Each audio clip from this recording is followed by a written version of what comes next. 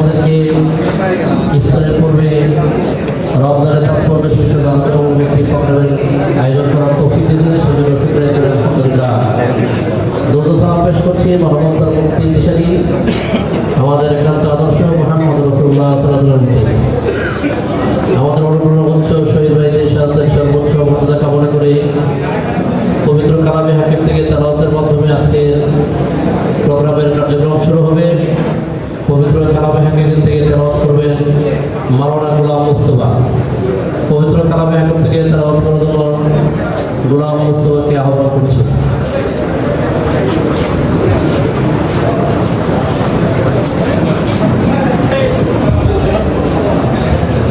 আসসালামু আলাইকুম ওয়া রাহমাতুল্লাহি ওয়া বারাকাতুহু।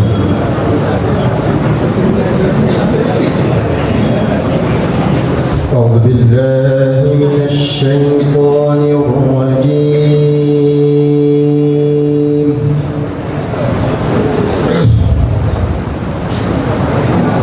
বিসমিল্লাহির রাহমানির রাহিম।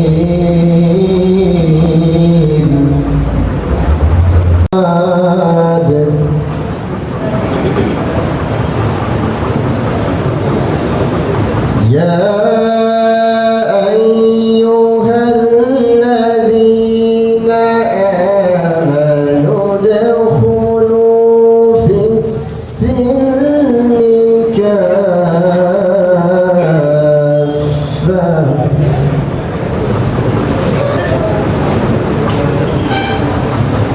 في السلم كافة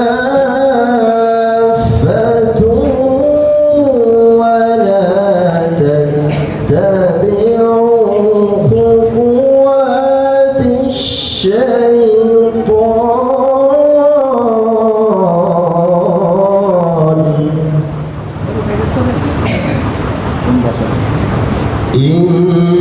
إنه لكم عدو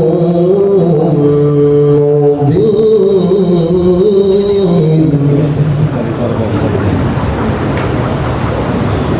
فإن زللتم من بعد ما جاءتكم البينات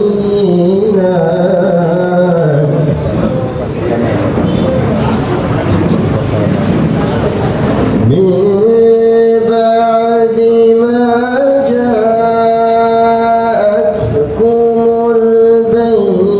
البينات فاعلموا أن الله عزيز حكيم.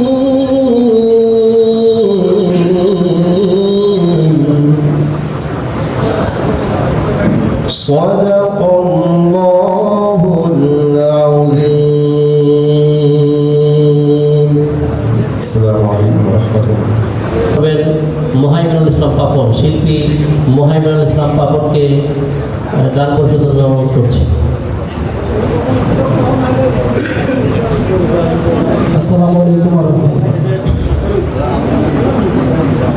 একটি বছর পরে আবার ফিরে এলো মাহে রমজান।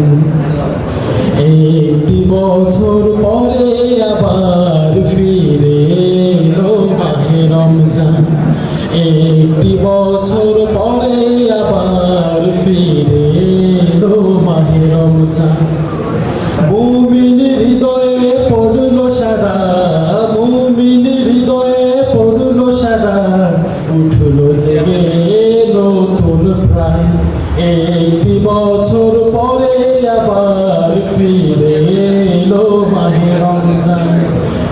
একটি বছর পরে আবার ফিরে এলো মাহে রমজান। আল্লাহ তাআলার তরে রোজা পালন করো হে গুনাহগার, নিজের হাতে দিবেন তিনি সিয়াম সাধনার পুরস্কার। আল্লাহ তাআলার তরে রোজা পালন করো হে গুনাহগার,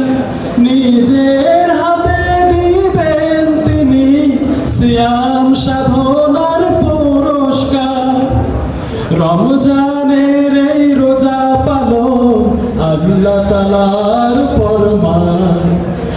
একটি বছর পরে আবার ফিরে এলো মাহে রমজান।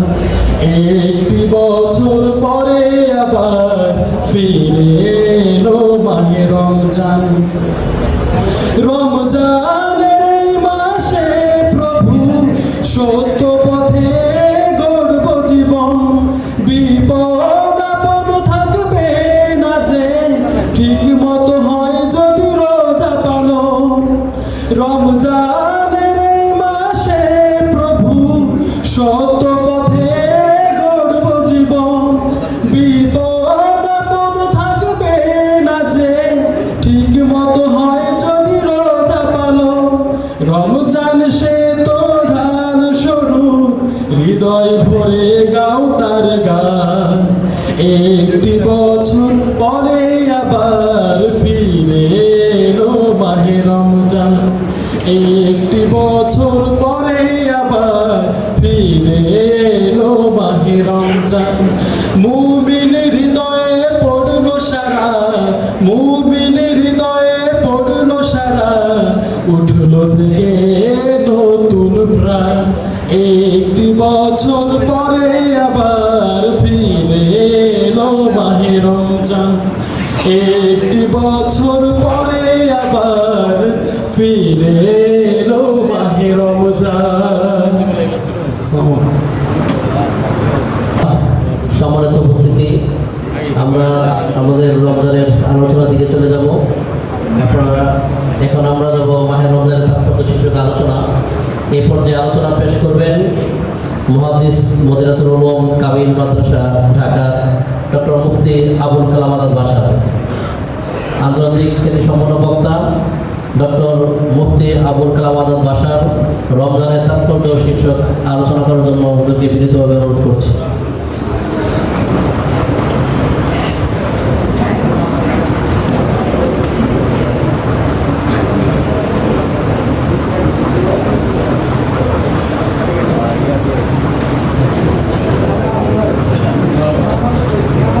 السلام عليكم ورحمة الله وبركاته. الحمد لله رب العالمين، والصلاة والسلام على نبينا محمد وآله وأصحابه أجمعين. فأعوذ بالله من الشيطان الرجيم. بسم الله الرحمن الرحيم. يا أيها الذين آمنوا كتب عليكم الصيام كما كتب على الذين من قبلكم لعلكم تتقون. قال رسول الله صلى الله عليه وسلم: من لم يدع قول الزور والعمل به فليس لله حاجة في أن يدع طعامه وشرابه. آمنت بالله. বাংলাদেশ জামাত ইসলামী তেজগাঁও থানা কর্তৃক আয়োজিত আজকের এই চমৎকার ইফতার মাহফিলের সম্মানিত সভাপতি, আমাদের অত্যন্ত প্রিয়জন মহতারাম থানা আমির ইঞ্জিনিয়ার নোমান আহমদি ভাই, ইনশাআল্লাহ কিছুক্ষণের মাঝে উপস্থিত হবেন আজকের এই ইফতার মাহফিলের সম্মানিত প্রধান অতিথি, তেজগাঁও সংসদীয় আসনের ঢাকা 12 সংসদীয় আসনের সম্মানিত সংসদ সদস্য, আমাদের প্রিয় নেতা মহতারাম সাইফুল আলম খান মিলন হাফেজাহুল্লাহ, উপস্থিত অন্যান্য সম্মানিত দায়িত্বশীল ভাইয়েরা, বিশেষ করে আজকের সম্মানিত অডিয়েন্স। রমাদানের তাৎপর্য আমরা সকলেই কম বেশি আত্মস্থ করেছি, আমরা জানি। এরপরে ইফতার মাহফিলগুলোতে রমাদান নিয়ে বারবার কথা হওয়ার পিছনে উদ্দেশ্য হচ্ছে ওয়াযাক্কির ফাইন্না যিকরা তানফাউল মুমিনিন। কোরআন মাজিদের এই আয়াতেরই অনুশীলন। আল্লাহ তাআলা বলেন, হে প্রিয় নবী, আপনি মানুষকে উপদেশ দিন, নসিহা করুন, কারণ উপদেশ নসিহা যারা মুমিন তাদের উপকারে আসে। আলোচনার মাধ্যমে যদি নতুন কোনো তথ্য আমাদের সামনে আসে তাহলে আমাদের জানা ইলমে সংযোজন হবে, আর পুরাতন কথাগুলো যদি উচ্চারিত হয় তাহলে আমাদের জানা কথাগুলো আবার তাজা হবে। সম্মানিত দিদি ভাইয়েরা, আমরা সকলেই জানি রমাদান এসেছে মূলত আমাদের কাছে রহমত, মাগফিরাত এবং নাজাতের বার্তা নিয়ে। এই মাস হচ্ছে আত্মশুদ্ধির মাস।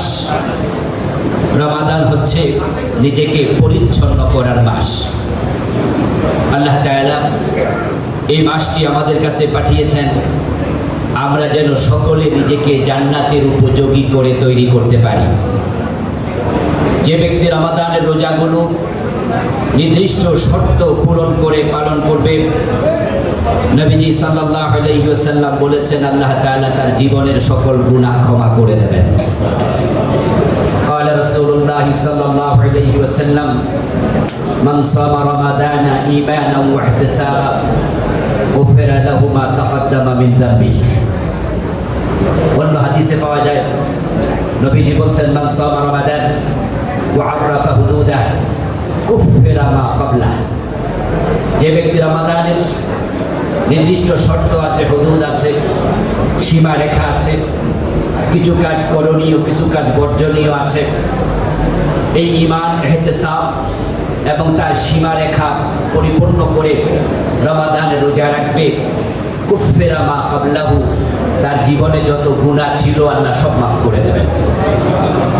আমরা গত 11 মাস রমাদানের বাহিরে ছিলাম। 11 মাসে আমরা গুনাহ করি নাই এমন একজনও এখানে থাকার কথা নয়, কারণ আমরা সকলে মানুষ, আর মানুষের অভ্যাস হলো তারা গুনাহ করে। যারা নাবালেগ শিশু আছে তাদের গুনাহ হয় না, তারা ব্যতীত আমরা যারা বালেগ আছি আমরা কেউ গুনাহ মুক্ত নই। তবে গুনাহ নিয়ে ইন্তেকাল করা নিষেধ, কারণ হতে পারে একটি গুনাহই জাহান্নামের কারণ হয়ে যাবে। আল্লাহ তাআলা হযরত আদম এবং মা হাওয়া আলাইহিস সালামকে জান্নাতে রেখে বলেছিলেন ফালা তাকরাবা হাযিহিস শাজারা ফাতাকুনা মিনাজ জালিমিন। তোমরা জান্নাতে যা মনে চায় খাও, যেখানে মনে চায় যাও, কিন্তু একটি সীমা দিলেন, ওই নির্দিষ্ট গাছ এর কাছেও যেও না, গেলে তোমরা জালেম হিসাবে পরিগণিত হবে। আমরা সকলেই জানি যে আদম এবং হাওয়া আলাইহিস সালাম তারা আল্লাহর সেই সীমাটা লঙ্ঘন করেছেন, সীমা রক্ষা করতে তারা পারেননি। যদিও কোরআন মাজিদ আল্লাহ তাআলা বলেছেন ফাআযাল্লাহুমা শাইতান, তাদের দুজনকে শয়তান পদস্খলিত করেছিল। তারা সেই গাছের কাছে গিয়েছেন ওয়াযাকাশ শাজারা, এবং গাছের ফল তারা ভক্ষণ করেছেন। এই যে আল্লাহর সীমা লঙ্ঘন করার কারণে যা হওয়ার তাই হয়ে গেল। বাদাত লাহুমা সাওআতুহুমা, রেজাল্টটা হলো সাথে সাথে জান্নাতের পোশাক তাদের দেহ থেকে খসে পড়ে গেল। আল্লাহ তাআলা তাদেরকে জান্নাত থেকে পরবর্তীতে বের করে দুনিয়া পাঠিয়ে দিলেন, জান্নাতে তিনি রাখেনও নাই। এই কথাগুলো কোরআন মাজিদ আল্লাহ তাআলা বারবার বলে আমাদেরকে তিনি স্মরণ করে দিতে চান যে আমার কথা তোমাদের মা, তোমাদের বাবা আদম হাওয়া জান্নাতে শোনেনি, তাই আমি জান্নাতে রাখিনি। ইভেন জান্নাতের পোশাকটা শুদ্ধ আমি খুলে নিয়েছি। আমাদেরকে যদি প্রশ্ন করা হয় আদম এবং হাওয়া আলাইহিস সালাম আল্লাহর কয়টা কথা শোনেননি, আমরা সকলে উত্তর দেব একটা। তো রেজাল্ট একটা কথা না শোনাতে জান্নাতের পোশাক কেড়ে নেয়া, একটা কথা অপালন আপনার লঙ্ঘন করার কারণে, পালন না করার কারণে জান্নাতে থাকতে না দেয়া।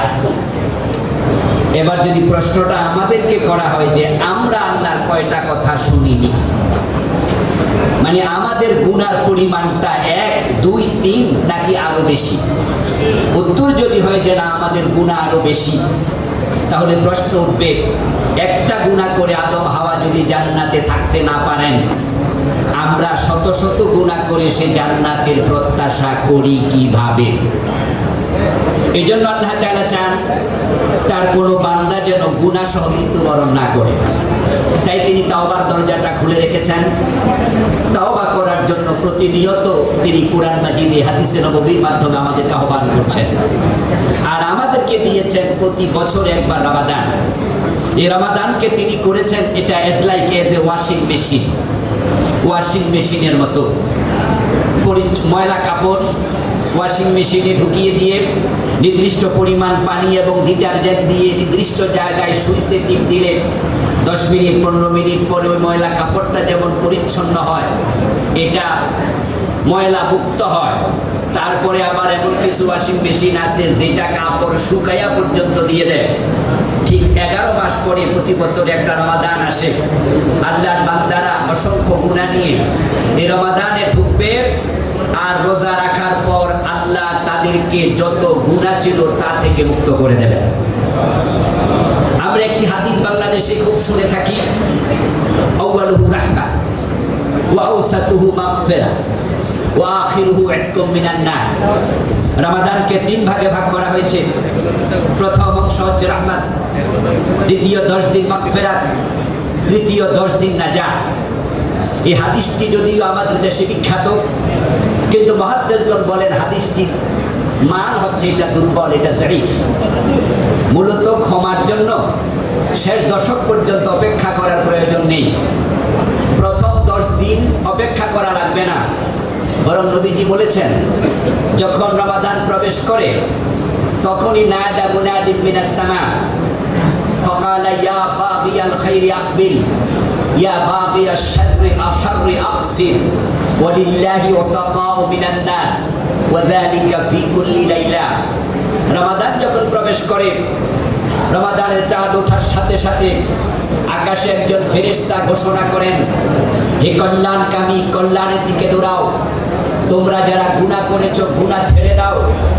আরেকটি ঘোষণা খুবই সিগনিফিক্যান্ট, খুবই তাৎপর্যপূর্ণ, সেটা হচ্ছে ওয়ালিল্লাহি ফীহি উতাকাউ মিনান নার ওয়া যালিকা ফি কুল্লি লাইলা। এই রমাদানের প্রতি রাতেই আল্লাহ জাহান্নামের কাতার থেকে নাম কেটে কিছু মানুষকে জান্নাতি বানিয়ে দেন। তাহলে নাজাতের জন্য শেষ দশক পর্যন্ত অপেক্ষা দরকার নাই, বরং এটা সহিহ হাদিস যে রমাদানের প্রথম রাতেই আল্লাহ তাআলা কিছু মানুষকে জাহান্নাম থেকে মুক্তি দেন। এটা 30 দিন অবিরত থাকে। আমরা এমনভাবে রোজা রাখতে চাই, সিয়াম সাধনা করতে চাই, আল্লাহ যেন আমাদেরকেও জাহান্নামীদের থেকে মুক্তি দিয়ে জাহান্নামের লিস্টে কারো নাম থাকলে সেখান থেকে কেটে দিয়ে আল্লাহ যেন আমাদেরকেও জান্নাতি হিসাবে কবুল করেন। কিন্তু অসংখ্য মানুষ এমন আছে, অসংখ্য রোজাদার আছে যারা পুরা রমাদানে 29 অথবা 30 সবগুলো রোজায় রাখবেন। তারা কোরআন খতমের সাথেই তারাবির নামাজ শেষ করবেন, কিন্তু এরপরেও তাদের আমল নামা থেকে একটা গুনাহ মাফ হবে না, এবং তাদের একটি রোজাও কবুল হবে না, এবং তারা কেউই জাহান্নামীদের কাতার থেকে নিজে মুক্তি পাবেন না। এই জাতীয় রোজাদারের সংখ্যা এই সমাজে সবচেয়ে বেশি। নবীজি সাল্লাল্লাহু আলাইহি ওয়াসাল্লাম এর জন্য বলেছেন, কাম মিন কাইমিন লাইসা লাহু মিন কিয়ামিহি ইল্লাস সাহাব ওয়া কাম মিন সাইমিন লাইসা লাহু মিন সিয়ামিহি ইল্লাস জামআ। এমন অগণিত রোজাদার রয়েছে যাদের রোজা শুধু উপবাসে পরিণত হবে, এমন অসংখ্য অগণিত রাত্রি জাগরণকারী আছে, তাহাজ্জুদ পড়বে, খতমে তারাবি পড়বে, কোরআন তেলাওয়াত করবে, তাদের এটা ঘুম নষ্ট ছাড়া আর কিছুই হবে না। এবং এই জাতীয় রোজাদারের সংখ্যাই নবীজি বলেছেন অধিক, এটাই বেশি। আমরা আল্লাহর কাছে ফানা চাই আমাদের রোজা যেন উপবাসে পরিণত না হয়। রোজা খাবার এবং পানীয় পরিত্যাগ করার নাম মোটেও নয়, যদিও বাংলাদেশের লোকেরা অধিকাংশ খাবার এবং পানীয় পরিত্যাগ করাকেই রোজা মনে করে।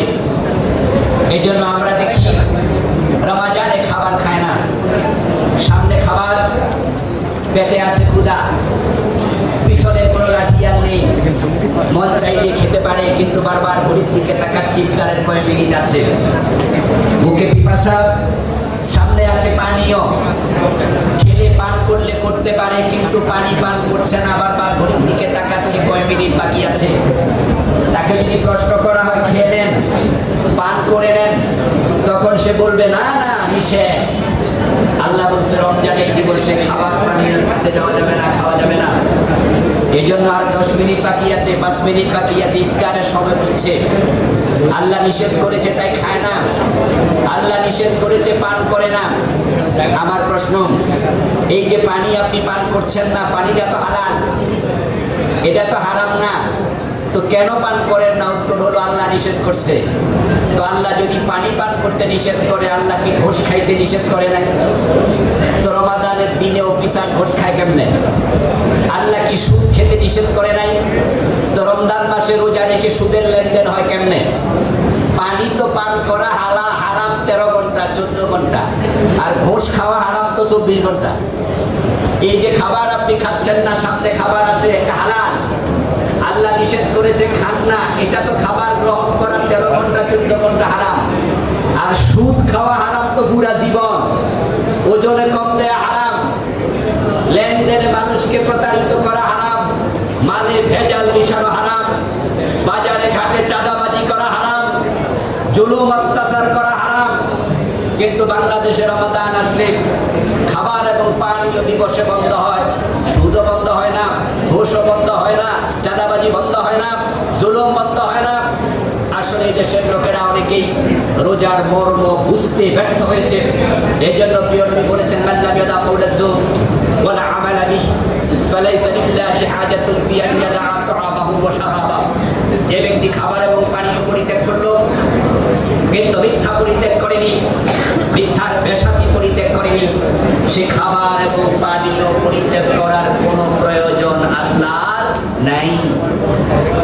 যারা পাপাচার পরিত্যাগ করেনি তারা রোজা রাখেনি। রোজার জন্য 3টি কাজ পরিত্যাগ করতে হয়। 3টি কাজ পরিত্যাগ করার সমন্বিত নাম হচ্ছে সাওম। তায়াম্মুমের ফরজ হলো 3টা। যদি কেউ একটি ফরজ ছেড়ে দেয় তায়াম্মুম হবে না। মাগরিবের ফরজের নামাজের রাকাত সংখ্যা 3টা।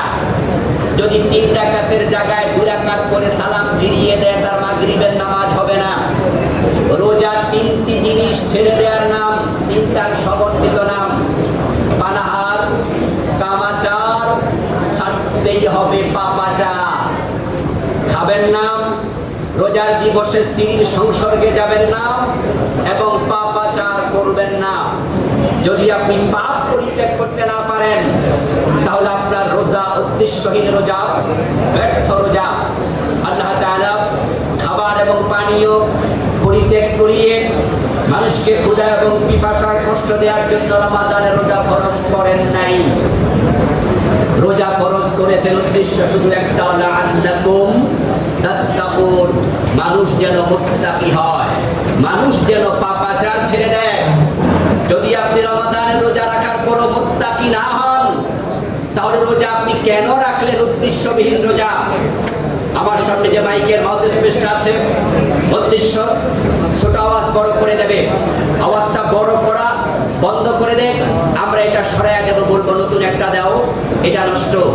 হাত ঘড়িটার কাজ টাইম দেখাবে, এটা টাইম দেওয়া বন্ধ করে দেবে। আমি আর 1 ঘন্টাও হাতে রাখবো না, ফেলে দেবো, নতুন একটা নেব। রোজার উদ্দেশ্য তাকওয়া। যার তাকওয়া অর্জিত হয়নি, আল্লাহ রোজাটাকে ফেলে দেবেন, এটা নেবেন না। এখন তাকওয়া মানে কি? টুপি মাথায় দেয়া? তাকওয়া মানে কি আমার মতো বড় পাঞ্জাবি গায়ে দেয়া? বাংলাদেশে লেবাসই তাকওয়া প্রসিদ্ধ, অথচ আপনার এই সুরতের সাথে, লেবাসের সাথে তাকওয়া নয়। তাকওয়া হবে সিরতের সাথে, চরিত্রের সাথে। তাকওয়ার সংজ্ঞা কি? শাব্দিক অর্থ হলো গুনাহ ছেড়ে দেয়া, হিফযুন নাফসি মিম্মা ইউযলাম। যেই কাজ করলে গুনাহ হয় তা থেকে বেঁচে থাকার নাম তাকওয়া। আর পারিভাষিক সংজ্ঞা হচ্ছে তারকু মা হারামাল্লাহ ওয়া আদাউ মা ইফতারাদাল্লাহ। আল্লাহ যা ফরজ করেছেন তাহা আঁকড়িয়ে ধরো, যাহা তিনি হারাম করেছেন তাহা পরিত্যাগ করো। আমরা হাজারো নারীকে দেখি রমাদানের রোজা রেখেও তারাও বিষ করে, মাথায় ওড়না নেই। হাজারো মহিলাকে দেখি রমাদানের রোজা রেখে তারা শপিং মলে যাবে, বোরকা নেই, বরং ঠোঁটে আরো লিপস্টিক দিয়েছে, দিনের বেলায় মানুষকে দেখাচ্ছে। যেই নারী পর্দা ব্যতীত দিনের বেলায় রোজা রেখে বের হলো, তো রোজা রাখা ফরজ, পর্দা করা ফরজ। তো যে ব্যক্তি পর্দার ফরজ লঙ্ঘন করেছে, সে রমজানের তাকওয়া বোঝে নাই। এই জন্য রোজা মানে হচ্ছে বিরত থাকা, রোজা মানে হচ্ছে বিরত থাকা। যদি অন্যায় থেকে বিরত থাকতে না পারেন তাহলে রোজা ব্যর্থ হতে বাধ্য। প্রিয় ভাইয়েরা আমার, রমাদানের এই পড়ন্ত বিকেলে আমরা আল্লাহ তাআলার কাছে দোয়া করি, আল্লাহ যেন আমাদের সকলকে এই সিয়াম সাধনার মাধ্যমে মুত্তাকি হওয়ার তৌফিক দিয়ে, বলুন আমিন। বিশ্ববিখ্যাত মুফাসসির আল্লামা কাজী নাসিরউদ্দিন বাইদাবী রাহিমাহুল্লাহর একটি বক্তব্য উদ্ধৃতি দিয়ে আমি আলোচনা শেষ করতে চাই। নাসিরউদ্দিন বাইদাবী রাহিমাহুল্লাহ বলেছেন, লাইসাল মাকসুদ বিশরঈয়াতিস সাওম নাফসাল জামঈ ওয়াল আতশ بل ما يتبعه من كسر الشهوات وتتبع النفس الأمارة للنفس المطمئنة فإذا لم يحصل ذلك لا ينظر الله إليه نظر القبول।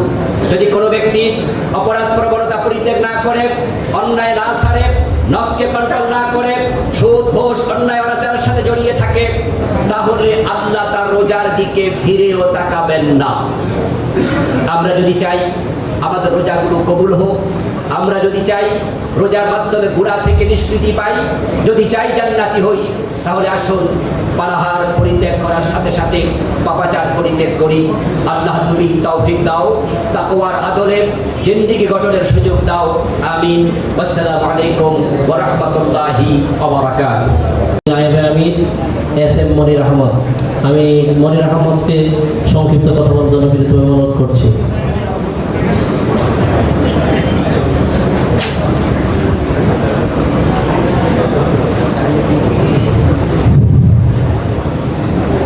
أعوذ بالله من الشيطان الرجيم بسم الله الرحمن الرحيم। বাংলাদেশের মানুষের মুক্তিকামী সংগঠন বাংলাদেশ জামাত ইসলামী তেজগাঁও থানা দক্ষিণের পশ্চিম তেজতুরি বাজার ওয়ার্ড কর্তৃক আয়োজিত আজকের স্থানীয় সম্মানিত সুদীপী নিয়ে আয়োজিত ইফতার মাহফিলের সম্মানিত সভাপতি, বাংলাদেশ জামাত ইসলামী ঢাকা মহানগরী উত্তরের সুরা এবং কর্ম পরিষদের অন্যতম সদস্য, আগামী দিনের 26 নং ওয়ার্ডের কাউন্সিলর পদপ্রার্থী, সাবেক ছাত্রনেতা, বিশিষ্ট শিল্পপতি, বাংলাদেশ জামাত ইসলামী তেজগাঁও থানা দক্ষিণ শাখার সংগ্রামী আমির জননেতা জনাব ইঞ্জিনিয়ার নোমান আহমেদি, আজকে বর্ণাঢ্য ইফতার মাহফিলের সম্মানিত খ্যাতিমান প্রধান বক্তা, বাংলাদেশের শীর্ষ আলেমদের শিরোমণি ডক্টর আবুল কালাম আজাদ বাশার ভাই, উপস্থিত সুধীমণ্ডলী, সম্মানিত তেজতুরি বাজারবাসী, আসসালামু আলাইকুম ওয়া রাহমাতুল্লাহি তাআলা ওয়া বারাকাতুহু।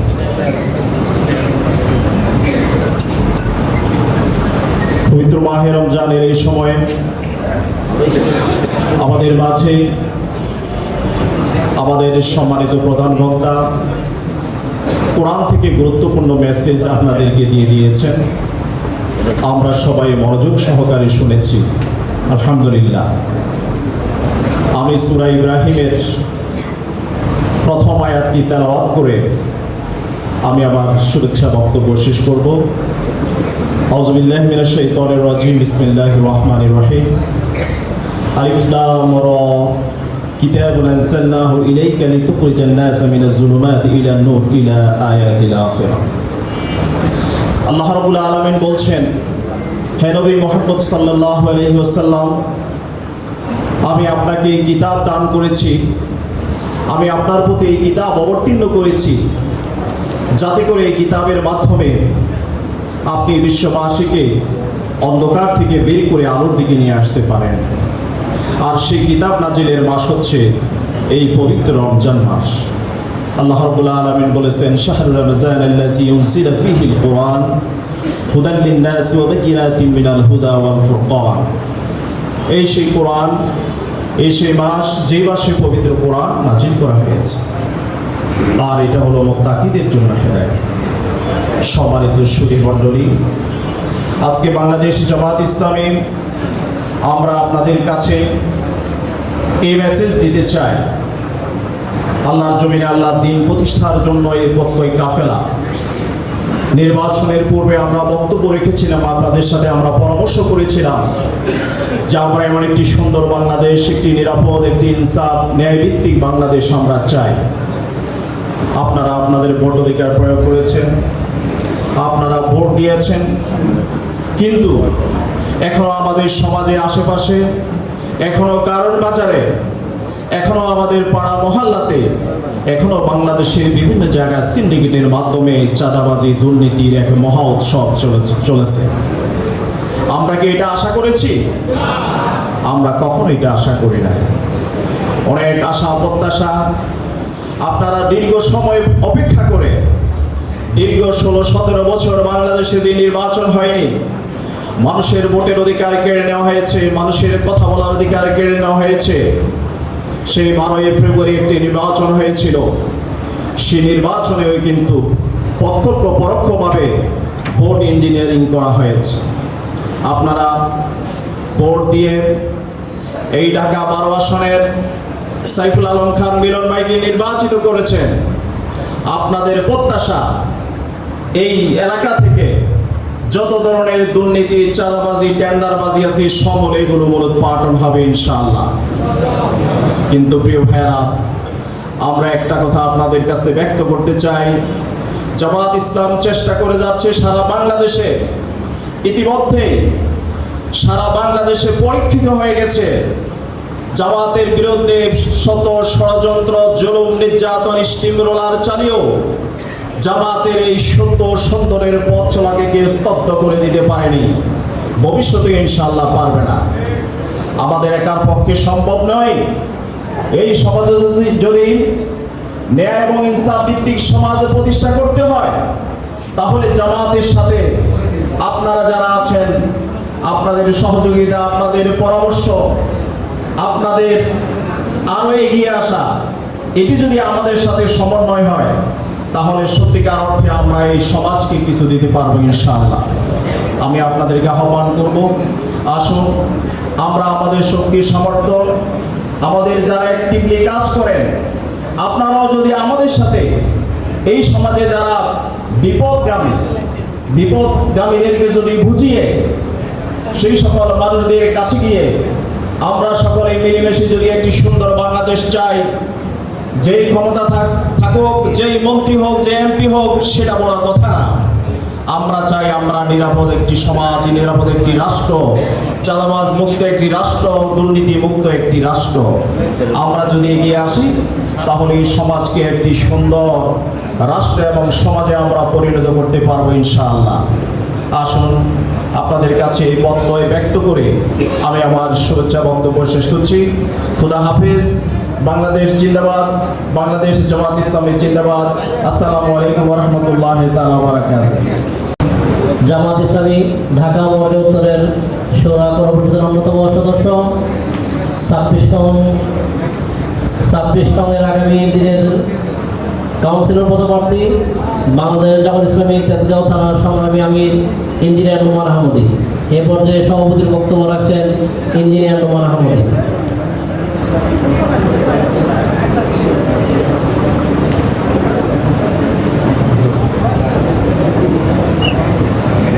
أعوذ بالله من الشيطان الرجيم بسم الله الرحمن الرحيم نحمده ونصلي على رسوله الكريم وعلى آله وصحبه أجمعين। পশ্চিম তেজগাঁও বাজার কর্তৃক আয়োজিত আজকের এই রমজানের উপরে আলোচনা শীর্ষক আজকের প্রোগ্রামের সম্মানিত অতিথিবৃন্দ এবং পশ্চিম তেজগাঁও বাজারের বিভিন্ন স্তরের বিভিন্ন সামাজিক প্রতিষ্ঠান এবং রাজনৈতিক দলসমূহের নেতৃবৃন্দ, উপস্থিত এই পশ্চিম তেজগাঁও বাজার এলাকাবাসী, আসসালামু আলাইকুম ওয়া রাহমাতুল্লাহ। আলহামদুলিল্লাহ, আল্লাহর দরবারে শুকরিয়া জ্ঞাপন করছি, যিনি আমাদেরকে 12ই ফেব্রুয়ারিতে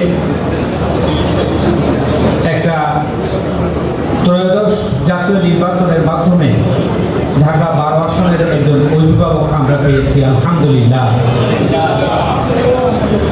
জননেতা সাইফুল আলম খান ভাই আমাদের আমাদের মাঝে অল্প সময়ের মধ্যেই তিনি উপস্থিত হবেন।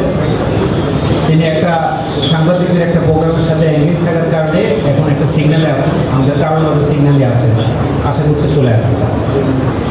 সম্মানিত ভাইরা, আমরা আজকের এই প্রোগ্রামটা শুধুমাত্র পশ্চিম তেজপুরবাজার মহল্লাবাসীর জন্য আমরা করেছি।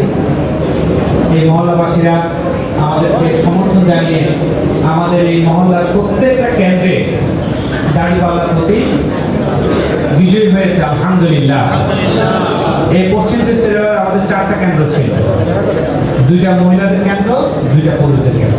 প্রত্যেকটা কেন্দ্রেই আলহামদুলিল্লাহ দাঁড়িপাল্লাকে আপনারা বিপুল ব্যবধানে বিজয় করেছেন। আমি ঢাকা 12 আসনের আসন পরিচালক হিসাবে এবং তেজগাঁ থানার আমির হিসাবে আমি আপনাদেরকে আমাদের পক্ষ থেকে মোবারকবাদ এবং আল্লাহ সুবহানাহু ওয়া তাআলা যে আপনাদেরকে ভোট দেওয়ার এবং সুশৃঙ্খলভাবে ভোট প্রদানের মাধ্যমে নির্বাচিত করার জন্য যে সুযোগ দিয়েছেন, এই জন্য আল্লাহর দরবারে আমরা শুকরিয়া জ্ঞাপন করছি। আমরা সবাই মিলে বলছি আলহামদুলিল্লাহ। সম্মানিত ভাইরা, আমাদের প্রতি আপনাদের যে আস্থা এবং আত্মবিশ্বাস ছিল, আমরা যে ইশতেহার আপনাদের সামনে তুলে ধরেছিলাম, তা সেগুলোর মধ্যে প্রধানতম বিষয় ছিল চাঁদাবাজি, মাদক মুক্ত সমাজ, ক্লিন এবং গ্রিন ঢাকা তৈরি এবং সুশৃঙ্খল ঢাকা 12 আসন। এর মধ্যে ট্রাকের স্ট্যান্ডের একটা শৃঙ্খলার মধ্যে নিয়ে আসা, মহাখালী বাস স্ট্যান্ডের শৃঙ্খলার মধ্যে নিয়ে আসা, সর্বোপরি আমাদের রাস্তাঘাটে যে বিভিন্ন ব্যবসায়ীরা রয়েছে প্রতিটাকে একটা সুশৃঙ্খল পজিশনে নিয়ে আসে। এর মধ্যে 1 নাম্বার দায়িত্ব ছিল আমাদের যে মহামারী আকারে আমাদের দেশটাকে চুষে খাচ্ছে যে চাঁদাবাজি, সেই চাঁদাবাজ মুক্ত সমাজ প্রতিষ্ঠার জন্যই মূলত আমি মনে করি সব যোগ্য মানুষকে খুঁজে পাওয়ার জন্যেই আপনারা কিন্তু আমাদেরকে ভোট দিয়েছেন, ঠিক কিনা? এই দায়িত্বটা ইতিমধ্যে সাইফুল আলম খান মিলন ভাই নির্বাচিত হওয়ার পরে এখানে যারা স্বেচ্ছাসেবক তাদের বলবে একসাথে চেয়ার দিয়ে এখানে একটা দিয়ে দেন, এখানে হাঁটার রাস্তাটা রেখে একটা লম্বাতে চেয়ার দিয়ে দেন। আমাদের আসলে এর চেয়ে বড় কোনো স্পেস আমাদের 26 নম্বর ওয়ার্ডে নেই। একটা রয়েছে, তার আমরা অলরেডি উপরে, নিচে এবং এই ফ্লোর, সেকেন্ড ফ্লোর, প্রতিটা ফ্লোরে উচ্চ পড়া মানুষের ভিড় রয়েছে। যেহেতু সাইফুল আলম খান মিলন ভাই আমাদের সামনে আজকে প্রথমবারের মতো পশ্চিম তেজপুরবাজার আমরা তাকে নিয়ে প্রোগ্রাম করছি, সে কারণেই আমি মনে করি মানুষের আগ্রহ, যে সকল মানুষরা নীরবে ভোট দিয়েছে, যারা আমাদের সাথে ক্যাম্পেইনে ছিল না, মাঠে ছিল না, মিছিলে ছিল না, কিন্তু শুধুমাত্র দেশের পরিবর্তনের উদ্দেশ্যে যারা ভোট দিয়েছে নীরবে, যারা কাউকে বলতে পারেনি, আমরা তাদেরকে নিয়ে আজকের আয়োজন করেছি। সেজন্যই আমি মনে করি যে প্রত্যেকেই আমাদের মিলনের কাছে আপনাদের অনেক জানার এবং আগ্রহ রয়েছে, প্রশ্ন রয়েছে। আজকের প্রোগ্রামটা শুধুমাত্র আমাদের পক্ষ থেকে কিছু বক্তব্য আমরা আপনাদের কাছে পৌঁছাবো, কিন্তু আমরা মিলন ভাই ইতিমধ্যে নির্বাচিত হওয়ার শপথ গ্রহণ করার আগ থেকে খন্দকার শফিক ভাইকে দেখতে পাচ্ছিলাম আর কি বাইরে, তো তিনি শপথ গ্রহণ করার আগ থেকে কিন্তু তিনি আবার মানুষের কাছে যাচ্ছেন, মানুষের সমস্যাগুলো শুনছেন। আজকে ইতিমধ্যে কারণবাজারে তিনি দ্বিতীয়বার সফর করেছেন এবং আগামীকালকে একটা বৃহৎ সাংবাদিক সম্মেলন করব আমরা ইনশাআল্লাহ। এবং আজকে তিনি পাইকারি ব্যবসায়ী সহ সর্বস্তরের ব্যবসায়ী নেতৃবৃন্দের সাথে বসে একমত হয়েছি এবং আমাদের আজকের এই বিজ্ঞ আলোচক আমাদের মাঝে যিনি রয়েছেন ডক্টর আবুল কালাম আজাদ বাসার সাহেব, তিনি ছিলেন এবং সেখানে তিনিও ধর্মীয় দৃষ্টিকোণ থেকে ইবাদত, ব্যবসায়ীরা যে তার ফুল টাইমটা ইবাদতের মধ্যে কাটাতে পারবে যে সকল শর্ত পালন করে, সেই বিষয়গুলো তিনি তুলে ধরা এবং মিলন ভাইয়ের পক্ষ থেকে ব্যবসায়ীদের উদ্দেশ্যে একটা আকাঙ্ক্ষা ছিল যে আমরা আসুন, যে আমরা রমজানকে ঘিরে মানুষের কষ্ট লাঘবের জন্য আমরা সবাই কম প্রফিটে মানুষদেরকে, কম মুনাফায় মানুষদেরকে যাতে করে দিতে পারি, পণ্য দিতে পারি, বিক্রয় করতে পারি, তিনি এই আহ্বানটা জানিয়েছেন। এই আহ্বানে সাড়া দিয়ে ব্যবসায়ী নেতৃবৃন্দ একমত হয়ে এবং ব্যবসায়ী নেতৃবৃন্দ তাদের আরও কিছু সমস্যা গ্রহণের জন্য ওনার কাছে জানিয়েছেন। সকল বিষয় নিয়ে তিনি আবারও বসবেন বলেছেন, কিন্তু আগামীকালকে সকালে ব্যবসায়ী নেতৃবৃন্দ ঘোষণা দিবেন যে আমরা কম মুনাফায় বাকি রমজানে আমরা পণ্য ভোক্তাদের কাছে পৌঁছাবো। আলহামদুলিল্লাহ। আমরা গোটা জাতির উদ্দেশ্যে আগামীকালকে এটা ইতিমধ্যে সাংবাদিকদের জানানো হয়েছে।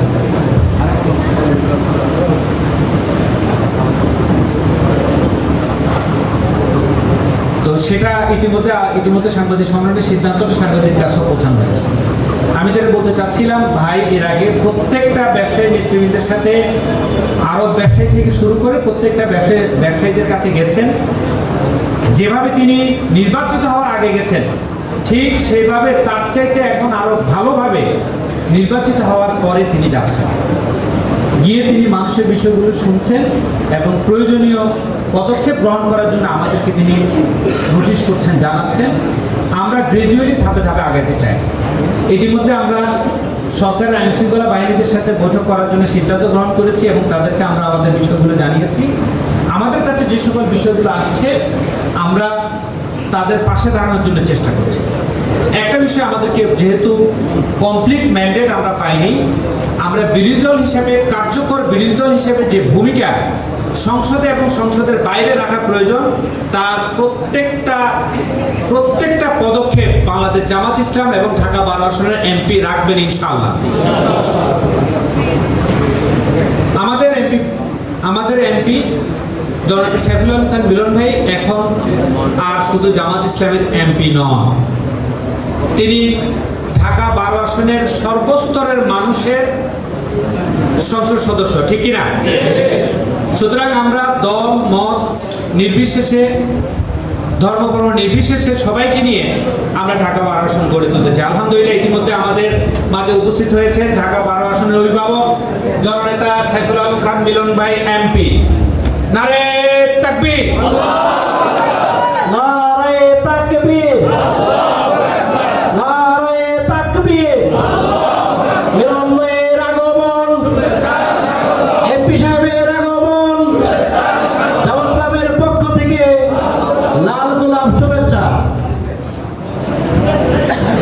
যে সম্মানিত উপস্থিতি, আমি আমার কথা এই বলেই শেষ করতে চাই যে আসুন আমরা দল মত নির্বিশেষে আমরা প্রত্যেকে ঢাকা 12-তে যারা ভোটার, যারা নন ভোটার, যারা ভোটার নন তারাও তো ঢাকা 12-তে বসবাস করছে। সুতরাং প্রত্যেকের অধিকার রক্ষার ক্ষেত্রে আমরা কাঁধ মিলিয়ে সোসাইটির নেতৃবৃন্দ, ব্যবসায়ী নেতৃবৃন্দ এবং আমাদের রাজনৈতিক বন্ধু প্রতিম সংগঠনের প্রত্যেকে নিয়ে আমরা ঢাকা 12 আসনকে সুশৃঙ্খল, চাঁদাবাদ মুক্ত এবং গ্রিন এবং ক্লিন ঢাকা শহরে রূপান্তর করার জন্য আসুন আমরা সবাই মিলে চেষ্টা করি। সবাইকে ধন্যবাদ জানিয়ে আমি আমার কথা শেষ করছি। আসসালামু আলাইকুম ওয়া রাহমাতুল্লাহ। সংগ্রামী উপস্থিতি, এই পর্যায়ে প্রধান অতিথির বক্তব্য রাখবেন বাংলাদেশ জামাত ইসলামীর কেন্দ্রীয় নির্বাহী পরিষদের অন্যতম সদস্য, ঢাকা 12 আসন থেকে নবনির্বাচিত এমপি জনাব সাইফুল খান মিলন। এই পর্যায়ে প্রধান অতিথির বক্তব্য রাখবেন জনাব সাইফুল খান মিলন এমপি।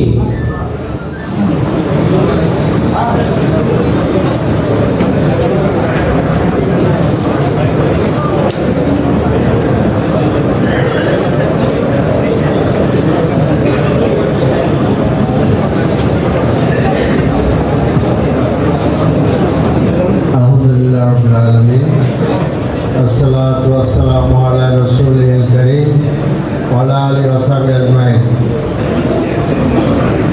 সম্মানিত সভাপতি, মঞ্চে উপবিষ্ট বিশিষ্ট ব্যক্তিগণ এবং সামনে যারা আছেন সম্মানিত ভাইয়েরা, আমাদের এখানে বেশ কিছু ছোট ছোট বাচ্চারাও আছেন, নিজেও আছেন। খুব ভালো হইতো যদি আমরা একটা হলের মধ্যে বসতে পারতাম, এটা ভালো হতো। তো যাই হোক, সেই সুবিধা আমরা নিতে পারি নাই। ইনশাআল্লাহ ভবিষ্যতে আমরা এই সুবিধাটা নেওয়ার চেষ্টা করব। সকলকে আমার পক্ষ থেকে সালাম ও শুভেচ্ছা। আসসালামু আলাইকুম ওয়া রাহমাতুল্লাহ। তো মাহে রমজানের একটি মহান মাসে আমরা প্রবেশ করেছি। প্রথম কথা যে কথা আপনাদেরকে বলতে চাই সেটা হলো যে আমাদের নির্বাচন হয়ে যাওয়ার পরে আমি যেটা মনে করি যে আমি কোনো দলের এমপি না, আমি আমাদের এই এলাকায় ঢাকা 12-তে 3,33,000 প্লাস ভোটার আছে, কিন্তু মানুষের বসবাস এখানে আরও বেশি। সুবিধা অসুবিধার সাথে সকল মানুষই জড়িত। সে আপনার ভোটার হোক না হোক, পুরুষ বা মহিলা, যুবক, তরুণ তরুণী, সবাই আমরা আমাদের সকল লোকের জন্য কাজ করতে চাই। আমি মনে করি যে আমি এখানে যারা আরও ইলেকশনে অংশগ্রহণ করেছেন সকলের সহযোগিতা চাই। ইতিমধ্যে আমি মীরাব ভাইয়ের সাথে টেলিফোনে কথা বলেছি, আমার সাথে এরপরে দেখাও হয়েছে। আমি সাইফুল হকের সাথে কথা বলেছি, তবে এখানে আরও লোকদের সাথে কথা বলতে হবে। আমি চাচ্ছি যে সকলেই আমরা একসাথে ঢাকা 12কে আমরা গড়ে তুলতে চাচ্ছি। কারণ ঢাকা 12 এলাকায় যেখানে যতটুকু সুবিধা তৈরি করা যাবে আর যেখানে যতটুকু অসুবিধা দূর করা যাবে, এটা দলমত নির্বিশেষে সকলেরই উপকার হবে, সেটাই আমি চাচ্ছি। আমাদের জাতীয় জীবনে যে রাজনৈতিক সাংস্কৃতিক, যে মারামারি করা, পিটাপিটি করা, মাসেলম্যানের রাজনীতি, এর থেকে আমাদেরকে বেরিয়ে আসতে হবে। কিন্তু আমরা এর থেকে এখনও যাত্রা শুরু করতে পারিনি, বেরিয়ে আসতে পারিনি। কিন্তু আমরা আশাবাদী হতে চাই যেন এই অবস্থা থেকে আমরা বেরিয়ে আসতে পারি। তো দ্বিতীয় কথা বলতে চাই মাহে রমজান সম্পর্কে, যে মাহে রমজান একটি আমাদের জন্য বিরাট একটি সওগাত, আল্লাহ তাআলার পক্ষ থেকে বিরাট উপহার আমাদের জন্য। অতীতের জাতিগুলা উম্মতরা অনেক বেশি হায়াত পেয়েছিলেন, কিন্তু আমাদের হায়াত কম। গড়ে বোধহয় আমরা এখনো 65-র উপরে যাইতে পারিনি। কেউ 70 বা 75-80 জীবন পাচ্ছেন। কিন্তু আল্লাহ তাআলা যখন রমজানের ঘোষণা আমাদের জন্য দিয়ে দিলেন, তখন আমরা এটা একটা বিশেষ সুবিধা হিসাবে আমরা পেয়ে গেলাম। রমজান মাসের প্রত্যেকটা কাজে অনেক অনেক বেশি আপনার মর্যাদা, প্রতিদান, অর্থাৎ সওয়াব আল্লাহ তাআলা আমাদেরকে দিবেন, ফরজ কাজ, সুন্নত কাজ, সব কাজে। তো কাজেই এই মাসের সুযোগ সকলকে নিতে হবে। রাসূল মকবুল সাল্লাল্লাহু আলাইহি ওয়াসাল্লাম বলেছেন যে ওই ব্যক্তির দুর্ভাগা যে রমজান পেলেও কিন্তু গুনাহ মাফ করতে পারলো না। তো কাজে এই মাসটিকে আমাদের গুনাহ মাফের মাস হিসাবে কাজে লাগাইতে হবে। দোজখের আগুন থেকে বাঁচার মাস হিসাবে আমাদেরকে কাজে লাগাইতে হবে। আর জান্নাত পাওয়ার জন্য আমাদেরকে এই মাসকে কাজে লাগাইতে হবে। এই মাসে আল্লাহ তাআলা আমাদের জন্য আরেকটি মহিমান্বিত রাত্রি রেখেছেন, যেটাকে আল্লাহ তাআলা বলছেন লাইলাতুল কদর। এই লাইলাতুল কদরে কোরআনে বলা হয়েছে আলফি শাহর, অর্থাৎ 1000 মাস থেকে উত্তম।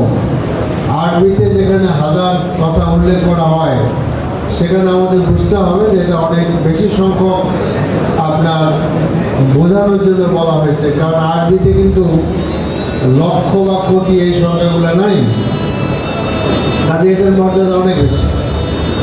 তো কাজেই এই লাইলাতুল কদর আমাদেরকে